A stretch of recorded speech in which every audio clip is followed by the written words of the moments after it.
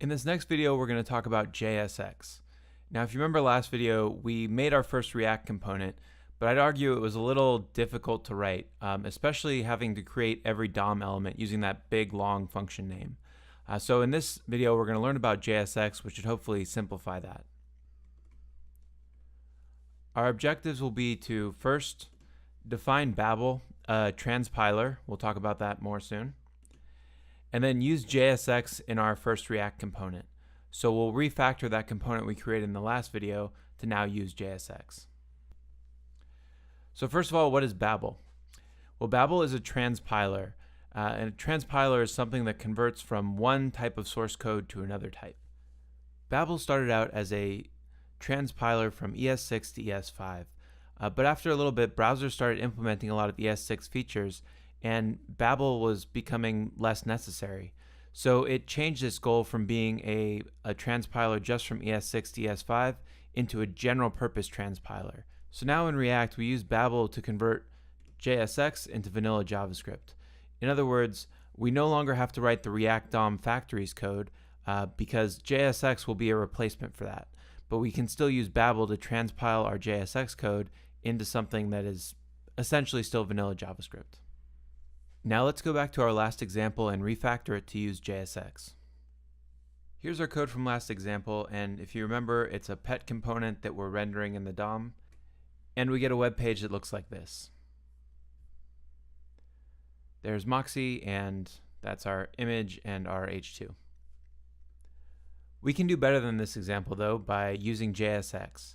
So the first thing that we'll have to do in order to use JSX is to incorporate Babel. And now that we're using JSX, we no longer need this React DOM factories.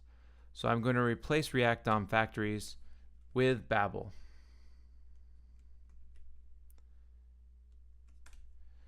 There we go. Now I'm including the Babel JavaScript file rather than the factories file. And the next thing I'll have to do is change this script tag from a type text JavaScript to a type text Babel. So this tells Babel that this is not normal JavaScript. This is a file that it needs to transpile into JavaScript. So now that we've done that, we can start using JSX. And what does JSX look like? Well, it looks like returning HTML from within your JavaScript code. So we can refactor this whole example to be a very simple return div h2 Moxie, and then our image tag. I'll just grab this URL here. And then we also want to include alt text.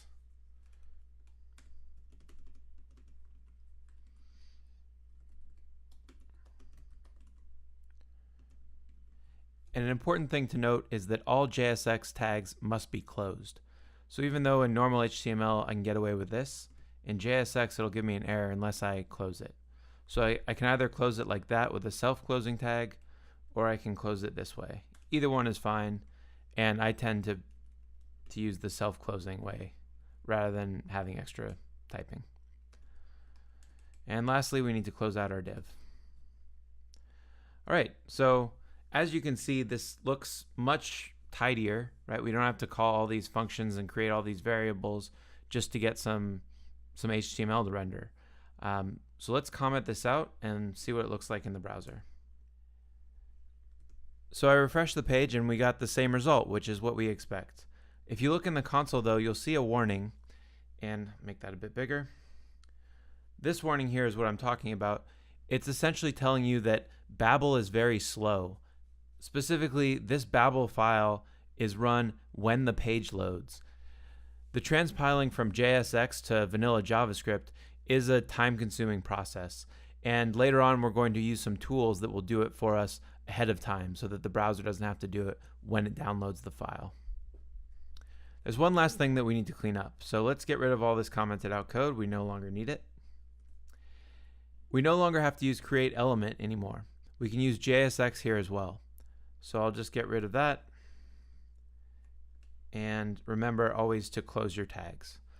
So now this should run just fine in the browser, and it's I'd argue much easier to read and simpler. Next, we'll learn about more things that we can do with JSX, specifically using JavaScript inside of our JSX code.